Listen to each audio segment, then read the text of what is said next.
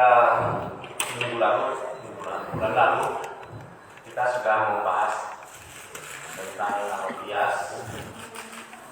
Baru awal mungkin perlu kita ulangi karena banyak istilah yang mungkin belum kita kenal. Ini adalah sumber hukum Islam yang keempat yang disepakati oleh para ulama al-muttafaq alaiha, yaitu al-qiyas. Al-qiyas itu kita mencari persamaan antara satu perkara yang belum ada dalilnya dengan perkara yang sudah ada dalilnya. Jadi perkara yang tidak ada dalilnya baik dari Al-Quran maupun hadis, kita cari persamaannya dengan perkara yang sudah ada dasar hukumnya dari Al-Quran dan hadis. Persamaannya diambil berdasarkan alasan hukum di antara keduanya. Misalnya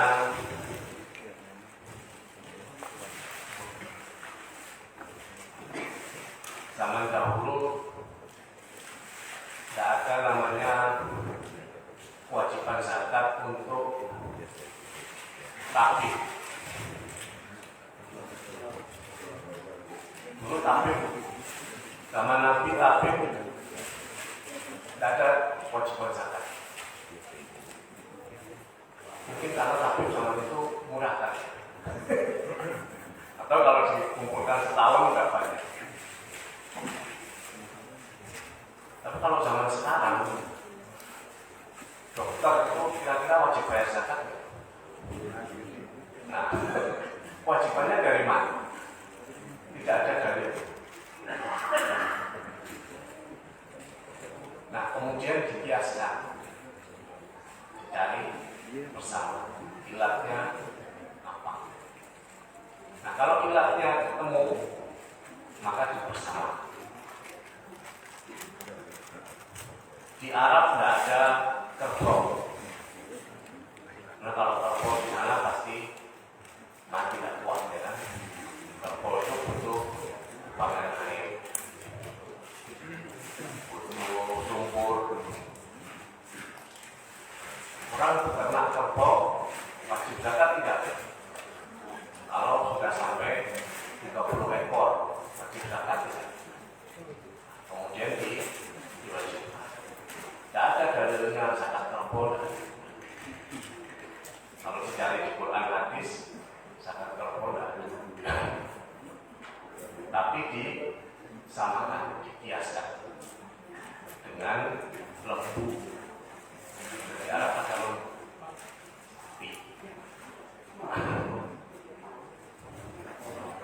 Di sana juga adanya domba. Di sini adanya kambing. Di sana orang tidak bertanam padi, kita bertanam padi. Nah, maka ada zakat tanam. Dan banyak lagi hukum yang dijelaskan, apalagi dalam masalah muamalah. Jadi mengungkapkan satu hukum yang tidak ada dalam nas dengan perkara yang ada hukum nasnya. Jadi syaratnya ada dulu nih, Bapak-bapak itu. Syaratnya itu pertama harus ada dalilnya, harus ada nasnya dari Quran dan hadis yang kira-kira serupa, baru disamakan. Karena itu rukunnya yang pertama ada namanya al-asl, yaitu perkara atau permasalahan pokok yang ada dalilnya. Tidak boleh ngarang, kias itu tidak boleh ngarang, harus ada dalilnya.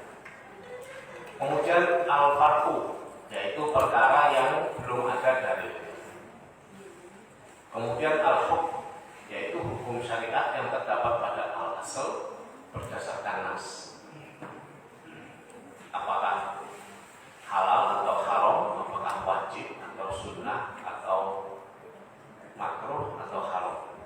Kemudian al-illah, yaitu alasan alasan yang sama yang terdapat pada al-asl dan al-far'u, yang terdapat pada yang ada dalilnya tadi dengan yang belum ada dalil. Nah, ilat itu harus kuat, jelas, dapat diukur, serta disertai keyakinan bahwa sebab itulah yang menjadi alasan penetapan hukum Allah dan Rasul. Karena itu, bapak-bapak ibu, menetapkan ilat itu tidak boleh dilakukan oleh orang yang bukan ahlinya. Tidak boleh sembarangan, tidak boleh orang awam menetapkan ilat. Apalagi orang yang bisa bahasa Arab menetapkan ilat, tidak bisa. Karena dia harus ngerti dulu dalil asalnya. Berarti kan harus ngerti cara berdalil.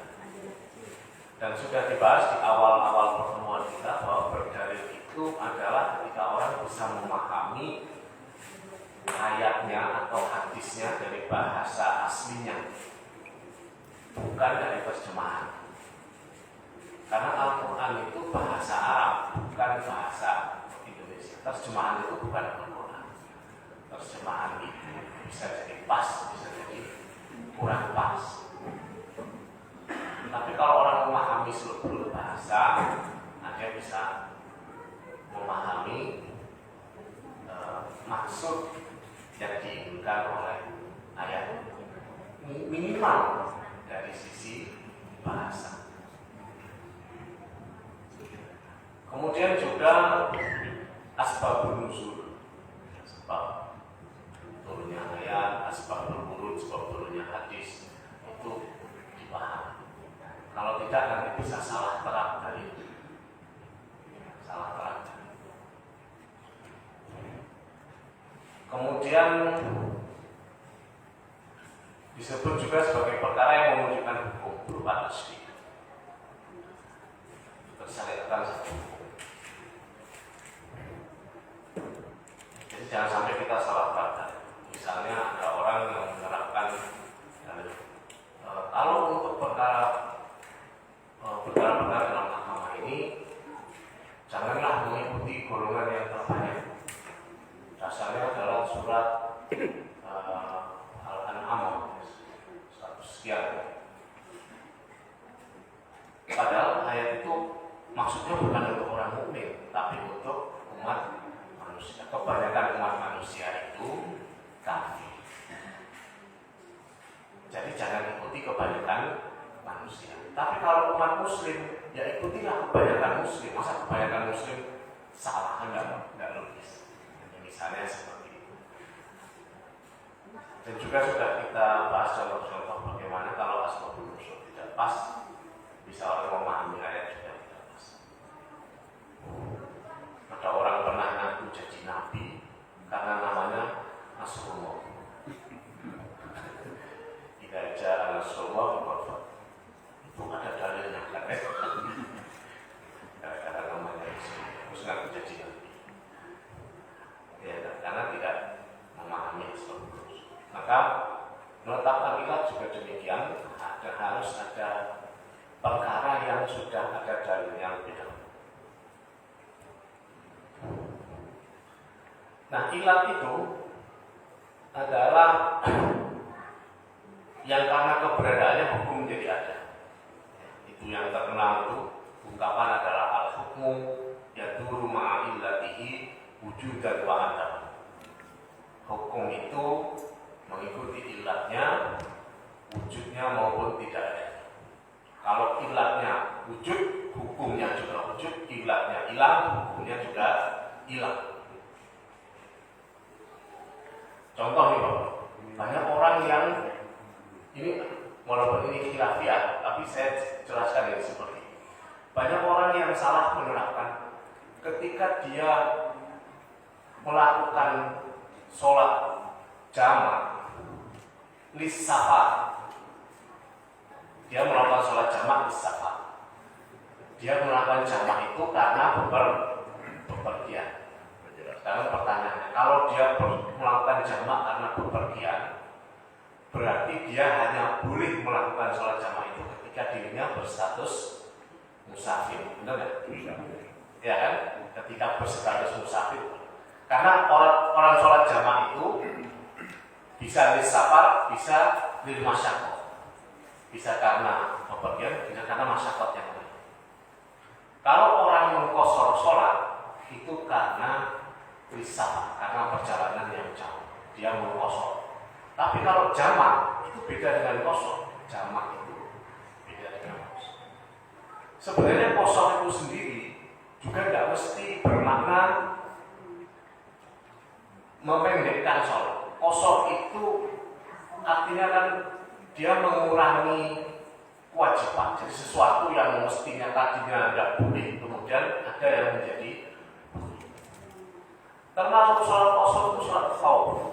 Sholat khauf itu apa? Sholat ketika perang. Itu juga qashar. Jadi boleh sambil lari-lari, boleh sambil karena lagi perang. Sholatnya bisa takbirnya awal tenang, begitu ada serangan baru lari, tapi tetap sholat. Itu sholat khauf. Itu qashar juga. Nah, kalau orang karena bepergian kemudian dia melakukan jamak, maka dia hanya boleh menjamak ketika dia berstatus musafir. Berarti kalau Anda memulainya dari rumah, Anda belum musafir, tidak boleh jamak dulu. Paham maksudnya? Jadi berangkat dulu baru menjadi musafir baru boleh jamak. Karena lisafar, karena bepergian. Jadi tidak boleh di rumah jamak. Belum berangkat kok sudah jamak. Ya kalau jadi berangkat, kalau enggak.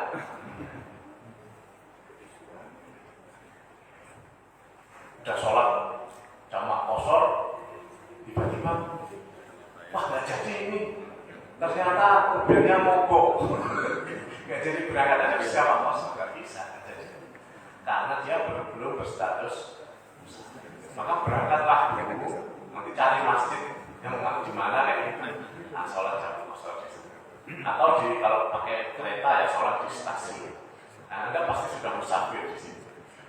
Ini contohnya karena ilatnya ada, yaitu dia sebagai musafir. Ketika dia sudah tiba pulang ke rumah, maka ilatnya hilang, tidak boleh lagi jamak. Kalau sudah di rumah, sholatnya dari sholat qadha.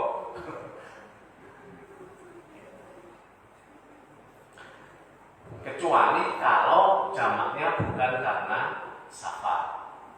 Misalnya karena macet. Macet bukan karena safar. Tapi karena Anda tidak mungkin nyampe di tempat sebelum gara-gara macet. Misalnya karena banjir atau karena apa yang bikin macet itu. Terus jauh-jauh di kemacetan. Nah itu boleh Anda niat jamak takhir, sholat di rumah tidak apa-apa. Jamaknya di rumah. Karena jamaknya bukan sebagai musafir, tetapi karena masyaqah tidak mungkin sampai di tempat sebab macet. Nah itu namanya ilat. Ilatnya harus ada baru hukumnya ada. Ilatnya hilang, hukumnya juga hilang. Contohnya orang boleh tayamum. Karena apa orang boleh tayamum? Karena tidak ada air misalnya. Faktil karena tidak ada air. Terus ketika dia menduga ada air, di satu tempat, maka ilat tidak ada airnya kan hilang. Tidak boleh lagi harus cari dulu itu. Misalnya katanya di depan kira-kira 300 meter di depan kira-kira ada air, jalan dulu sana.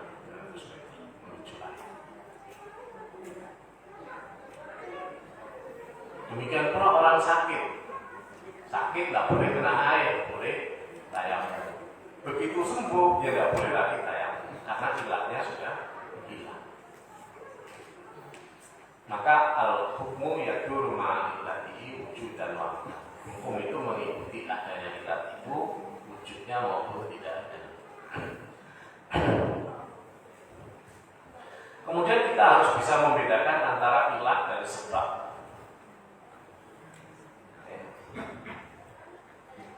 Karena semua ilat itu pasti sebab, tapi sebab belum tentu ilat.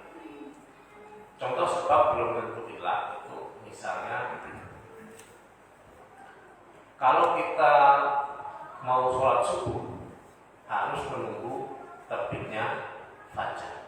Terbitnya fajar itu adalah sebab, ya bukan ilah. Tapi juga bisa jadi sebab itu termasuk ilah, tapi tidak mesti. Tapi kalau ilah pasti sebab. Kalau sebab belum tentu.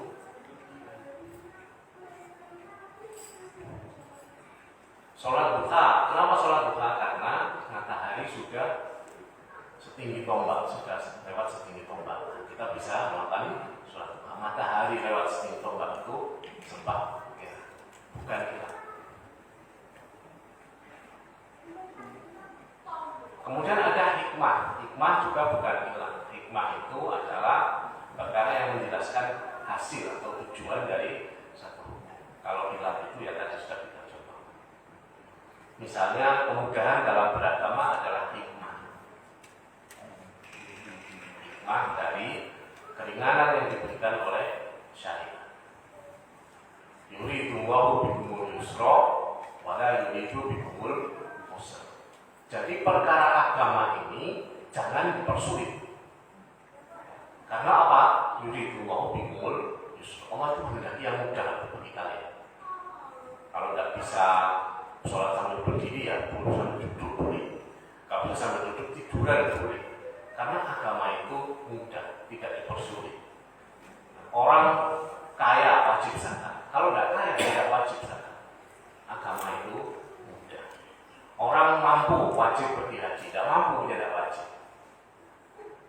Jadi agama ini gampang, jangan dipersulit. Maka orang-orang yang mempersulit dan memperberat agama, kata Nabi SAW, dia pasti akan terlindas, akan terkalahkan. Orang-orang yang memperberat masalah agama. Memperberat masalah agama itu boleh untuk diri sendiri, tapi jangan untuk orang lain. Ya untuk kita tetapi agamanya. Kita yang pilih yang berat-berat itu boleh. Tapi kalau kita mendakwahkan sesuatu, kalau kita hanya bicara yang berat-berat saja, selesai itu agama. Orang pergi semua. Susah banget nih. Beragama susah banget. Tahun 70-an pernah ada mahasiswa nanya sama dosennya, Pak, susah jadi mahasiswa muslim ya Pak. Nah, ini kan pertanyaan yang ini mengerikan ya. Susah jadi mahasiswa muslim. Kok bisa menjadi mahasiswa muslim itu harusnya mudah, ya kan? Ini pada mahasiswa nanya susah jadi mahasiswa muslim. Kenapa susah? Karena kalau saya menjadi mahasiswa muslim yang baik, saya tidak akan bisa bergaul secara harmonis dengan mahasiswa. Ini mahasiswa berarti ada yang salah dalam mengambil. Jangan-jangan pertanyaan yang sama juga muncul di kita. Susah jadi pedagang muslim yang baik. Kalau jadi pedagang muslim yang baik, terpaksa tidak untung.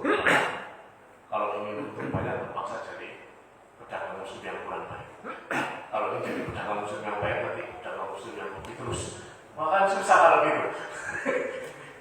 Padahal tidak begitu. Agama ini mestinya mengatasi semua persoalan. Mengapa justru menjadi masalah? Itu yang harus kita pahami, bahwa agama yuridu wa Allah itu tidak menghendaki kesukaran, tapi menghendaki kemudahan. Jadi kalau itulah mengapa kalau dalam perkara mengalah itu MUI itu menggunakan manhaj namanya at-taisir al-manhaj, yang mudah tapi metodis. Jadi tidak mempersulit umat. Mengambil kaul yang arjah, mengambil kaul yang paling kuat, tetapi wal aslah dan yang paling maslahat. Wa illa kalau tidak atau berbenturan antara yang maslahat dan yang rojih, diambil yang maslahat.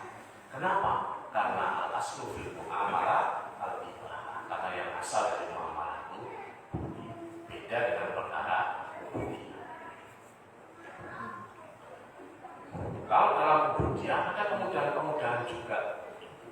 Kalau di Al-Quran itu disebutkan wa in kuntum mardaw wa ala safarin fa'iddatu min ayyamin ukhra. Kalian wajib puasa, tapi kalau kalian sakit atau bepergian silahkan ganti di hari yang lain. Begitu yusra pada hari itu. Karena Allah menghendaki yang mudah bagi kalian dan tidak menghendaki yang sulit.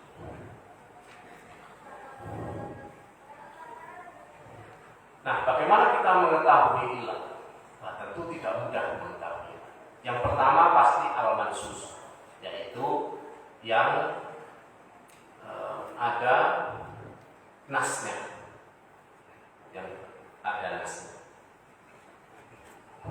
Apa tidak salah? Mohon maaf. Tas.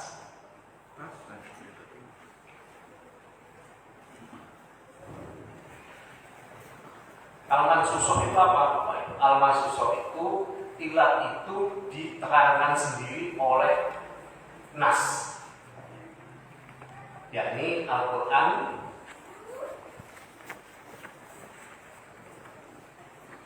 dan hadis. Jadi yang menetapkan nasnya, menetapkan ilatnya itu Al-Quran atau hadis. Itu namanya ilat al-mansusoh. Nah, selain al-mansusoh itu ada ilat namanya al-mustanbathah. Al-mustanbathah itu yang diistinbat, yaitu ilat itu dicari oleh para penggali hukum, para mujtahid. Jadi ilatnya itu dicari oleh para mujtahid, dan ini yang paling banyak. Ya, kalau yang mansusoh itu terbatas karena tidak banyak, karena Al-Quran itu tidak memuat banyak hal yang rinci, ya. Yang merincikan sebagian dirinci oleh hadis, sebagian dirinci oleh tafsir.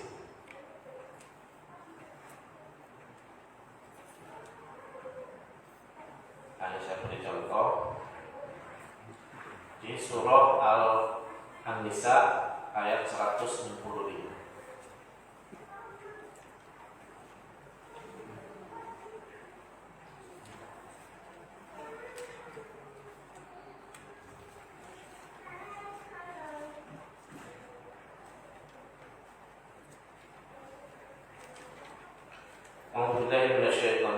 Bismillahirrahmanirrahim. Rusulan mubashshirina wa mundhirin li'alla yakuna lin-nasi 'ala Allahi hujjatun ba'da rusul wa kana Allahu 'azizan hakim. Rusulan mubashshirina, mereka para rasul itu selaku mubashshirin, memberi kabar gembira, wa mundhirin, dan memberi peringatan. Li'alla yakuna lin-nas, agar supaya tidak ada alasan bagi manusia melampaui hujjah, membantah Allah sesudah diutusnya rasul-rasul itu pada rasul, maka Allah azizan hakim. Jadi setelah diutusnya rasul, orang tidak bisa membantah. Oh, saya tidak pernah dengar itu ajaran la ilaha illallah, tidak bisa, karena rasul sudah turun dan mengajarkannya. Oh, saya tidak pernah dengar itu bahwa orang wajib zakat, tidak bisa alasan, karena Rasul sudah menerangkan hal itu. Maka ilat diutusnya para Rasul itu menurut ayat ini adalah hujjatun ba'da Rasul, yaitu agar manusia tidak punya alasan di Allah yakuna linnasi 'ala Allahi hujjah. Jadi supaya manusia itu tidak punya alasan di hadapan Allah ketika nanti dihisab. Juga di surah Al-Baqarah ayat 222. Ini contoh ilat untuk haid. Wa yas'alunaka 'anil mahid. Mereka bertanya kepadamu tentang haid. Qul huwa adan. Katakanlah bahwa dia itu adalah kotoran. Fa'tazilun nisaa fil mahid. Maka jauhilah wanita atau istri-istrimu ketika dia sedang haid. Wala taqrabuhunna hatta yatahur. Jangan dekati dia untuk berhubungan sehingga dia menjadi suci. Faidah tatahharna fa'atuhunna min haitsu amara. Kalau dia sudah suci, maka silahkan kamu datangi istri. Jadi menetapkan hukum haram berhubungan dengan istri selama haid, ilah keharamannya dijelaskan, yaitu adanya kotor. Yang kalau anda melanggarnya, kemungkinan besar nanti timbul penyakit. Ya, jadi orang perempuan yang haid kok paksa berhubungan badan itu bisa timbul penyakit yang berbahaya. Contoh lain lagi di surah An-Nahl ayat 67, wa min tamaratin nakhili wal a'nabi tattakhiduna minhu sa'aron wa rizqan hasan. Dan dari buah anggur dan anggur kalian dapat minuman yang memabukkan dan rezeki yang baik. Inna fi dzalika la'ayatan liqaumi ya'qilun. Sesungguhnya pada demikian terdapat tanda kebesaran Allah bagi yang kita. Jadi haramnya khamar itu karena memabukkan. Disebutkan di sini tattakhiduna minhu sa'aron, yang bisa membuat kalian mabuk. Kalian bisa membuatnya menjadi minuman yang memabukkan. Demikian pula di Al-Baqarah 219, yas'alunaka 'anil khamri wal maisir. Qul fima ithmun kabir wa manafi'un linnas wa ithmun fima. Kemudian di An-Nisa ayat 43, ya ayyuhalladzina amanu la taqrabus sholata wa antum sukara. Wahai orang-orang yang beriman, janganlah kamu sholat dalam keadaan mabuk. Sebelum turun ayat ini berarti masih ada orang sholat dalam keadaan mabuk. Itu yang dibaca kuliah ayat kafirun tidak selesai. Kuliah ayat kafirun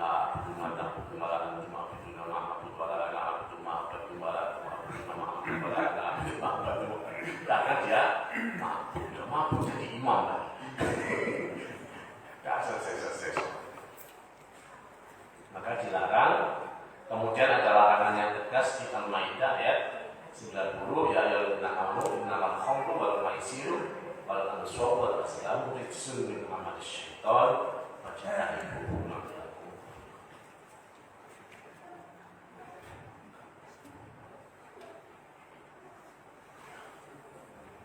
Kemudian ada contoh yang melalui hadis. Misalnya larangan ihtikaf.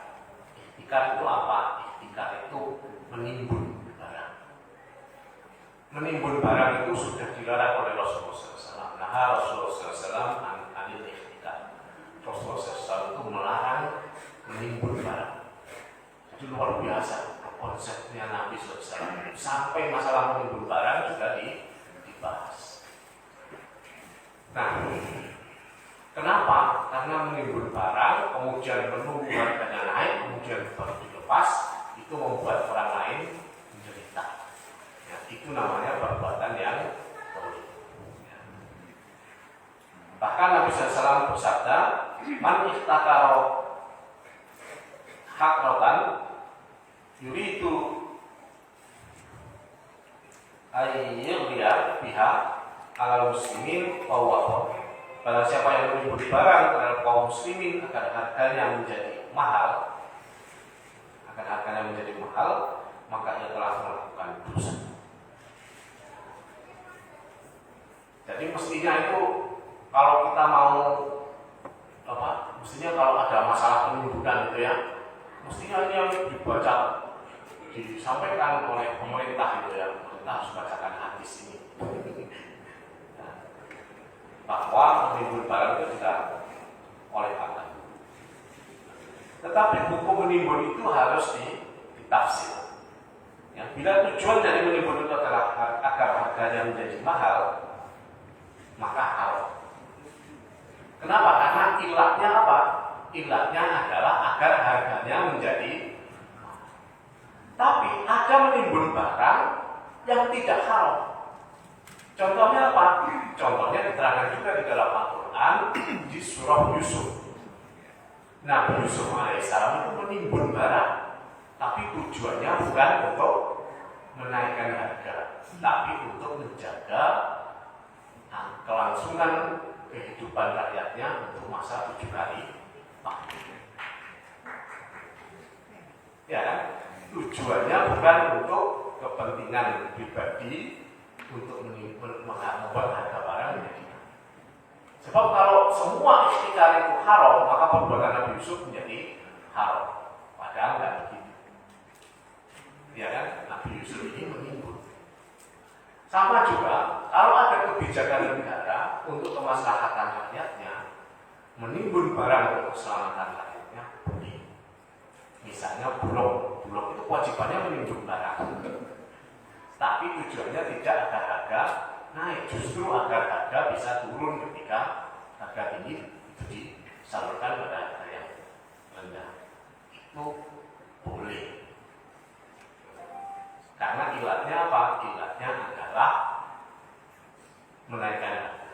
Ada ulama yang menambahkan ilat yang lain. Selain masalah kenaikan harga, yaitu masalah ada pengaruhnya nggak itu kepada masyarakat. Kalau pengaruhnya besar, maka haram. Misalnya ambil nimbun bahan makanan pokok atau kebutuhan pokok. Kalau bukan kebutuhan pokok, nggak apa-apa. Itu mazhab Syafi'i. Di dalam mazhab Syafi'i, silakan menimbun asal bukan kebutuhan pokok. Kenapa begitu? Karena orang yang meriwayatkan hadis ini, yakni Sa'id bin Musayyib dan di atasnya lagi Sa'id bin Musayyib itu tabi'in. Sa'id bin Musayyib itu pernah melakukan ikhtikar, pernah melakukan penimbunan. Ketika dia diprotes, loh bukannya ikhtikar itu dilarang oleh Rasulullah? Nah, dia beralasan yang saya timbun ini bukan bahan pokok yang berpengaruh terhadap masyarakat. Misalnya dia menimbun minyak wangi, ya nggak masalah, ya kan?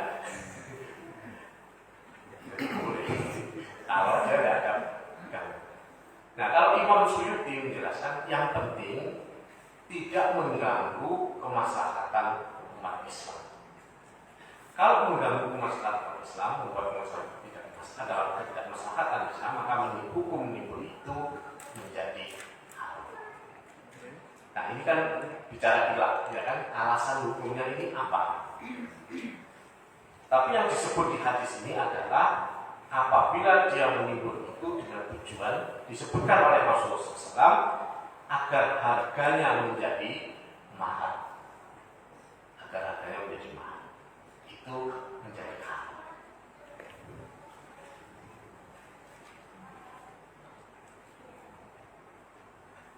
Nah, kalau Nabi diusulkan kayak begitu ya. Kemudian selain masalah ilat kenaikan harga, hukum menimbun barang juga menyangkut barang apa yang boleh atau tidak boleh ditimbun. Ya.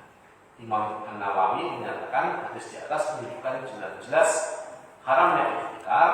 Kalau ulama Syafi'iyah mengatakan bahwa yang diharamkan adalah penimbunan barang-barang pokok tertentu, yaitu membelinya pada saat harga murah dan menjualnya kembali dengan harga yang mahal.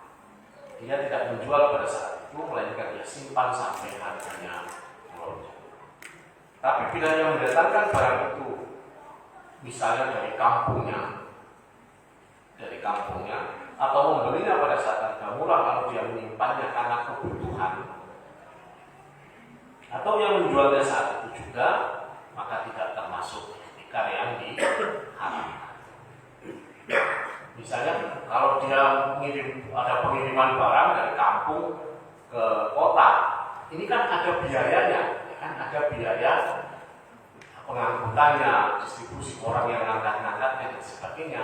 Kemudian harganya berubah naik, itu bukan ikhtikar kalau itu, karena memang ada ongkos apa istilahnya ini, ongkos kantor, ongkos kirim segala macam itu ya. Zaman dulu belum disebut ongkos produksi. Orang yang pertama yang mengusulkan agar biaya-biaya seperti itu masuk ongkos produksi adalah Ibnu Khaldun di dalam kitabnya Muqaddimah. Jadi sejak abad ketiga Hijriah itu yang namanya ilmu akuntansi biaya atau cost management itu sudah dibahas oleh Ibnu Khaldun. Jangan kamu masuk harga pokok itu jangan hanya harga barangnya, tapi juga biaya untuk memproduksi barang itu, juga mengkonversi biaya tenaga kerja, biaya juga harus kamu masukkan ke dalam harga pokok. Itu hebatnya ilmuwan Islam itu sudah menggarap itu semua. Kita baru mengenalnya di abad ke-20.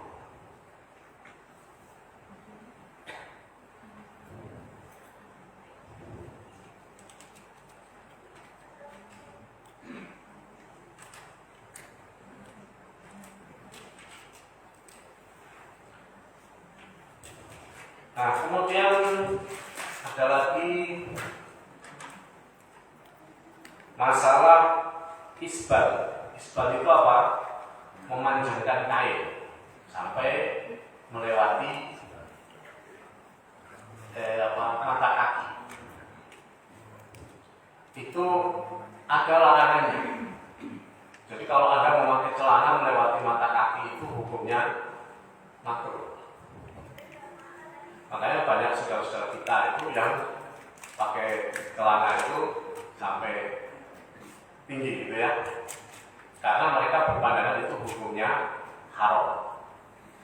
Nah, haramnya itu karena apa? Itu harus dicari ilah. Nah, ilah itu siapa yang menetapkan? Yang menetapkan adalah nas, yaitu Al-Quran dan hadis. Sekarang ilahnya apa? Mari kita lihat. Dari Abu Hurairah radhiyallahu anhu bahwa Nabi sallallahu alaihi wasallam bersabda, la yanzurullahu yawmal qiyamah ila man jarra izaruhu batul. Allah tidak akan melihat pada hari kiamat kepada orang yang menjulurkan kainnya hingga melewati mata kaki karena sombong. Hadis riwayat Imam Bukhari dan Muslim. Berarti ilahnya apa? Karena sombong. Berarti boleh jadi di budaya Arab sana orang itu biasa menyombongkan dirinya dengan memanjangkan kain. Nah, bagaimana kalau tidak karena sombong? Nah, ada dalilnya yang lain.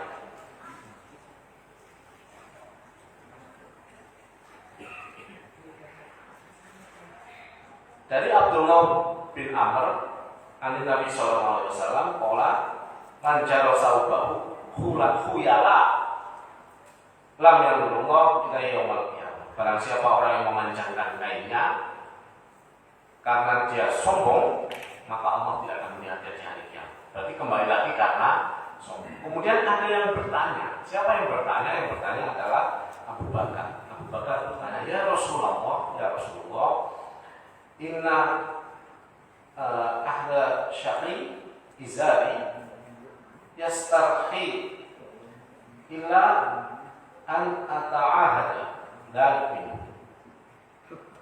Faqala Nabi sallallahu alaihi wasallam lasta mimman yasna'u khuyala. Ya Rasulullah, sesungguhnya aku adalah seorang yang celaka kalau kainku ini biasa turun, biasa panjang sampai ke bawah, sehingga aku selalu memeganginya. Jadi karena kainnya panjang, dia pegangi supaya naik. Apa jawab Nabi SAW? Lasta mimman yasna'u khuyala. Kamu bukan termasuk orang yang melakukannya karena sombong. Jadi kalau tidak karena sombong berarti boleh. Maka para ulama kemudian terbagi dua, ada yang mengatakan yang boleh saja, ada yang mengatakan yang untuk istilah al-khuruj dari istilah hukumnya makruh. Jadi ada yang menghukum makruh, ada yang menghukum mubah.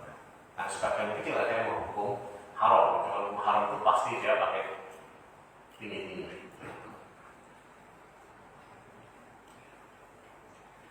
Maka jumhur ulama menetapkan bersyarat dalil-dalil larangan isbal karena banyak hadisnya yang bunyinya itu karena sombong itu banyak. Ada riwayat Bukhari Muslim, ada 2, ada riwayat 3 malah ya.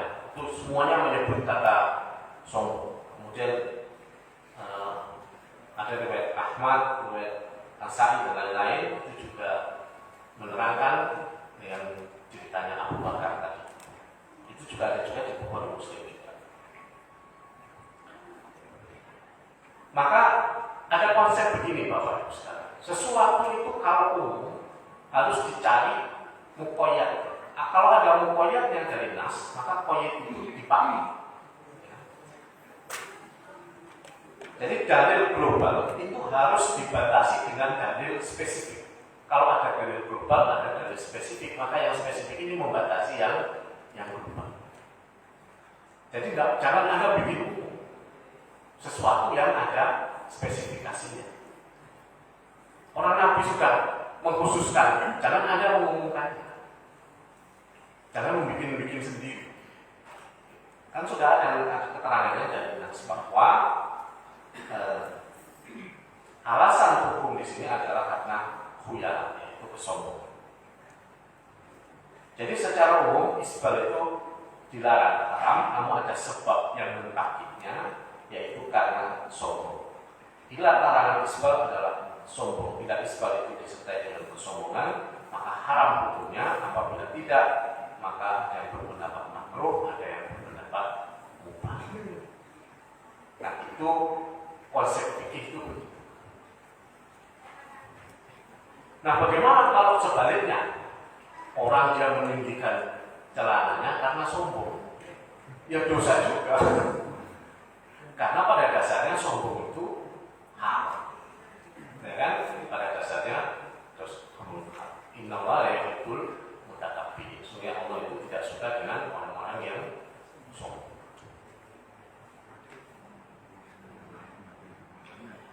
Ibnu Hajar al-Asqalani, Al-Hafidz Ibnu Hajar al-Asqalani menjelaskan, sesungguhnya hadis-hadis yang mutlak dan melarang isbal hendaklah ditakyid dengan hadis-hadis yang lain yang menegaskan sanksi itu bagi orang yang melakukannya karena sombong.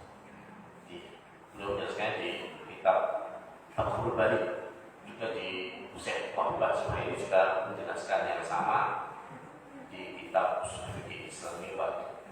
Hendaklah ditarik yang mutlak kepada yang muqayyad apabila keduanya sama sebab dan hukum.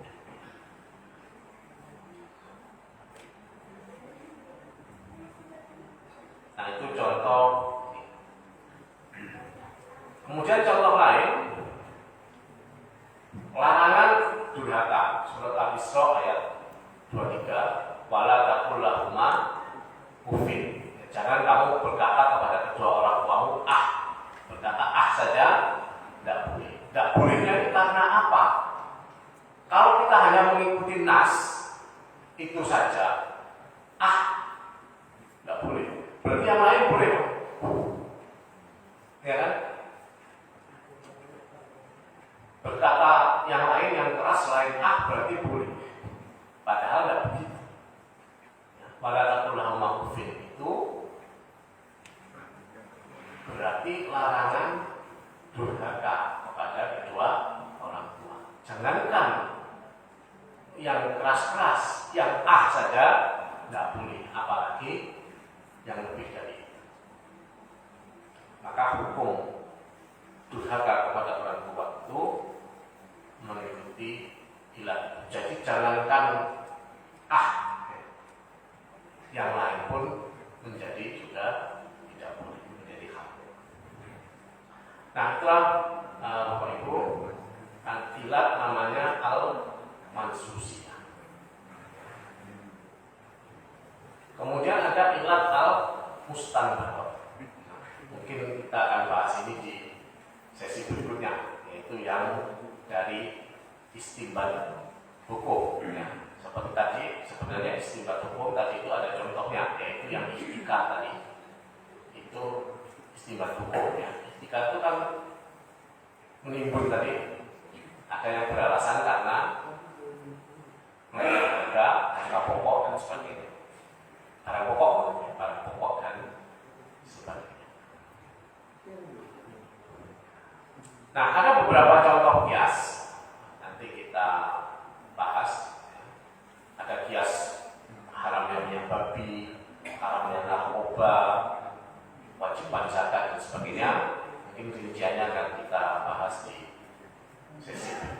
Mungkin ada satu dua pertanyaan, silakan.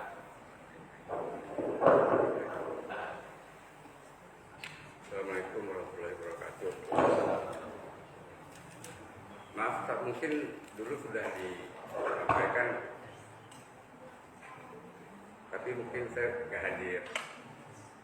Batasnya musafir itu bagaimana, Ustaz?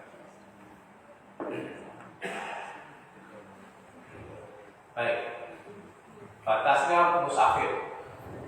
Musafir itu orang sebut musafir itu batasnya bagaimana? Nah, ini ada perbedaan pendapat juga. Kalau di mazhab Syafi'i itu orang itu kalau dia sudah bepergian lebih dari 2 marhalah. Satu marhalah itu kira-kira 40 km. Jadi kalau 2 marhalah itu ya kira-kira 80 km. Jadi kalau orang bepergian lebih dari 80 kilo itu ya dia disebut musafir. Dan itu pun ketika dia sampai di satu tempat yang bukan dia bermukim, misalnya kita tinggalnya di Tangerang Selatan, di Bintaro, di Tangerang Selatan. Kemudian kita bepergian ke Cirebon. Cirebon itu sudah lebih dari 80 kilo. Kemudian kita di sana, itu kalau kita tinggal di sana itu kurang dari 3 hari, itu masih berstatus musafir. Tapi kalau kita lebih dari 3 hari, maka status musafirnya juga hilang. Jadi dia kembali menjadi mukimi, walaupun bukan mustahidin tapi sudah mukimi. Nah, sebagian ulama mengatakan kalau Anda sudah berniat dari awal untuk tinggal lebih dari 3 hari, maka dari hari pertama Anda tiba itu sudah hilang status musafir. Jadi misalnya kita ingin ke Cirebon selama seminggu, begitu nyampe Cirebon langsung jadi mukim, tidak nunggu 3 hari, karena sudah ada planning 7 hari ke depan. Itu kalau sudah usah ini. Terima kasih, Ustaz. Assalamualaikum warahmatullahi wabarakatuh. Assalamualaikum. Ini terkait permasalahan yang memang setiap tahun Ustaz muncul ya di bulan-bulan Desember, itu mengucapkan kata Natal. Ya. Ada sebagian ulama mengatakan bahwa kalau dia memiliki jabatan, mengatasnamakan jabatannya, itu boleh. Misalnya dia seorang gubernur, mengucapkan selamat Natal karena di bawahnya itu warganya itu ada yang non-muslim. Nah itu kalau kita turunkan lagi jabatan itu mungkin sampai ke RT misalnya itu gimana? Saya RT. Baik, Bapak Ibu sekalian, sebenarnya mengucapkan Natal itu sebenarnya bisa banyak cara untuk menangkalinya. Ya, misalnya, ya selamat berhari raya bagi yang merayakannya. Kan nggak mengucapkan Natal. Sebenarnya bisa diatur, gitu ya.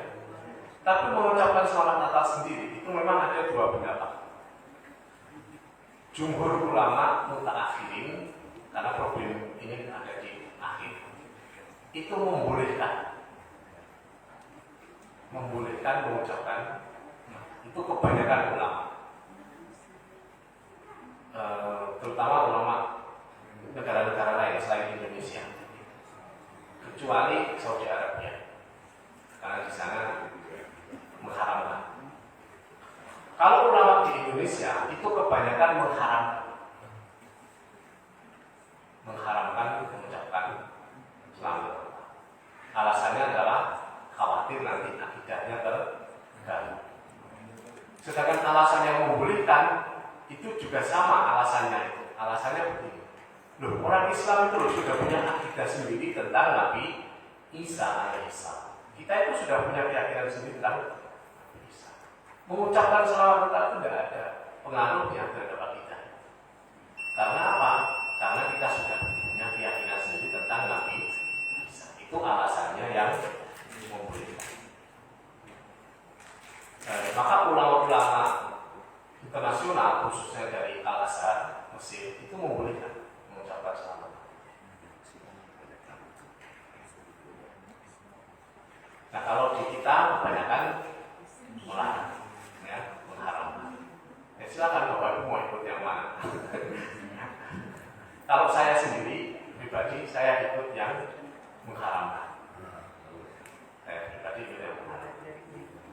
Cuman saya tidak akan mempermasalahkan orang yang membolehkan, karena ada alasannya juga. Nah, bagaimana dengan MUI? MUI belum pernah membahas masalah ini. Jadi belum pernah ada fatwa tentang mengucapkan Natal di MUI. Yang ada itu fatwa nomor 1 tahun 1981. Fatwa itu mengharamkan perayaan Natal bersama. Jadi orang-orang Muslim ikut-ikutan perayaan Natal itu hukumnya haram.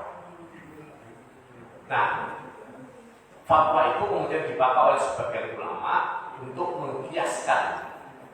Hukumnya kias ini, Bapak Ibu. Seperti yang kita bahas tadi, bahwa mengucapkan selamat Natal itu dikiaskan sama dengan ikut merayakan. Maka hukumnya menjadi haram. Karena itu banyak orang yang mengatakan bahwa MUI mengharamkan mengucapkan Natal. Padahal tidak benar. Ya. Yang benar itu MUI itu mengharamkan kalau Anda mengikuti kegiatan Natalan bersama. Karena dulu pernah itu ada semarak, bukan semarak apa, pernah ramai ada namanya Natalan bersama. Jadi orang Muslim juga diajak. Maka itu diharamkan oleh MUI. Adapun mengucapkan selamat Natal tidak dibahas.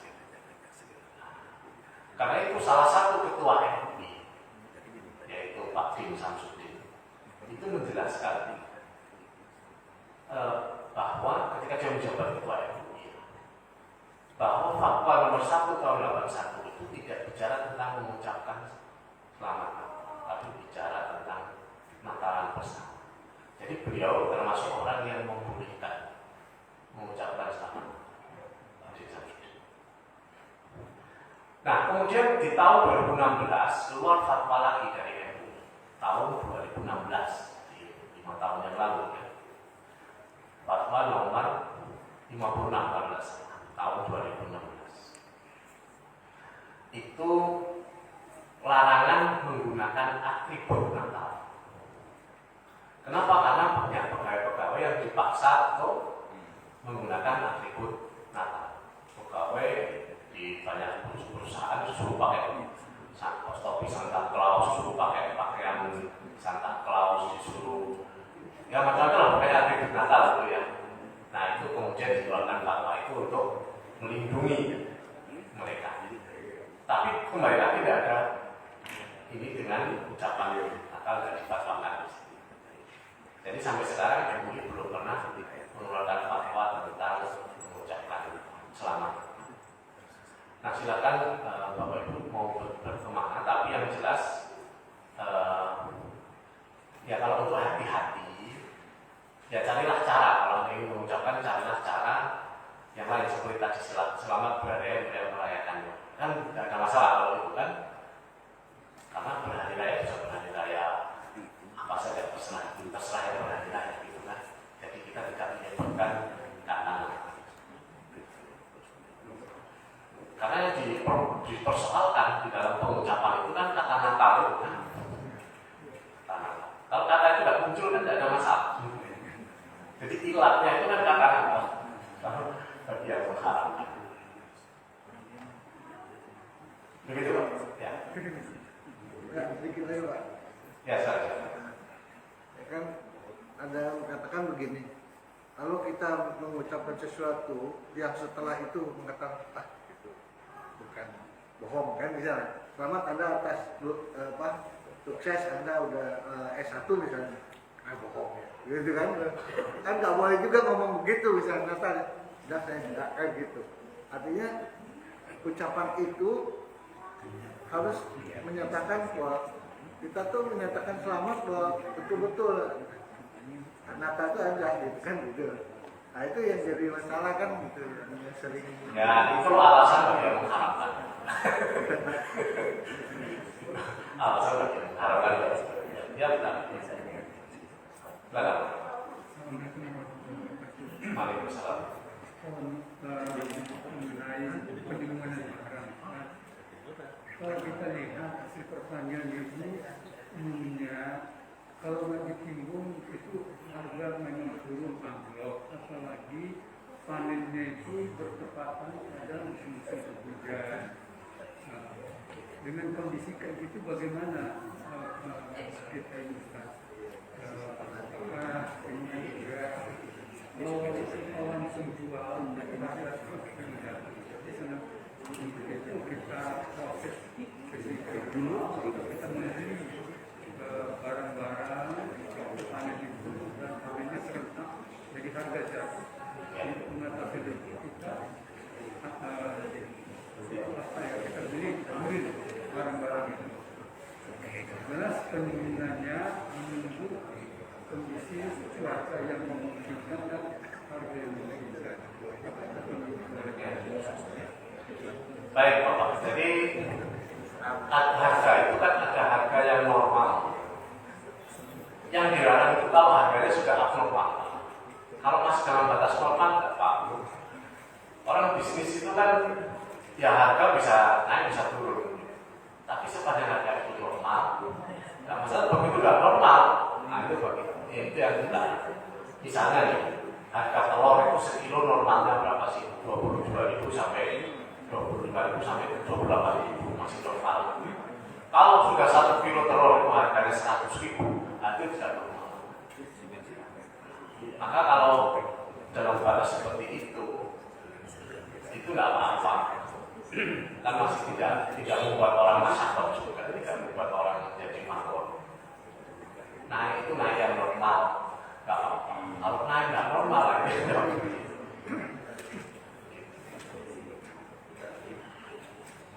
Ya kalau petani dipaksa itu panen langsung jual juga berat bagi dia. Ada proses. Tergantung situasi harga saat itu. Makanya pemerintah itu harus menjaga ini. Ketika harga terlalu rendah, ya ditahan, dibeli oleh bulog harus mau beli. Ketika harga terlalu tinggi, maka harus dilepas. Ini namanya upaya menstabilkan. Karena harga yang tidak stabil itu merugikan bukan hanya masyarakat, negara juga.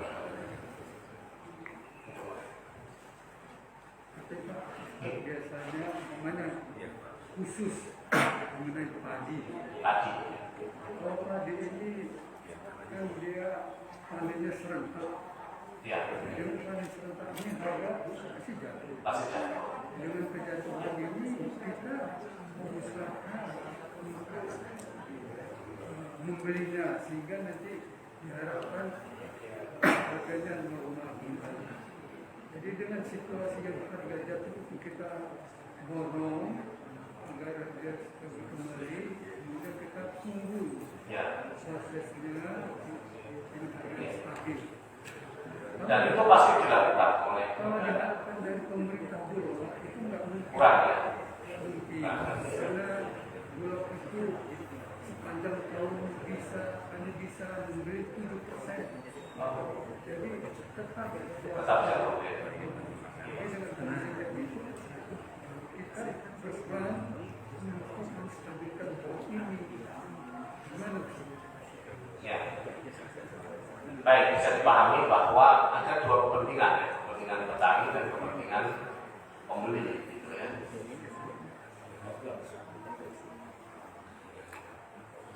Ya, itu tidak termasuk yang dilarang misalnya. Ya. Termasuk yang karena masih dalam batas harga yang normal. Baik Bapak Ibu, mungkin kita cukupkan dulu ya. Kita lanjutkan insya Allah di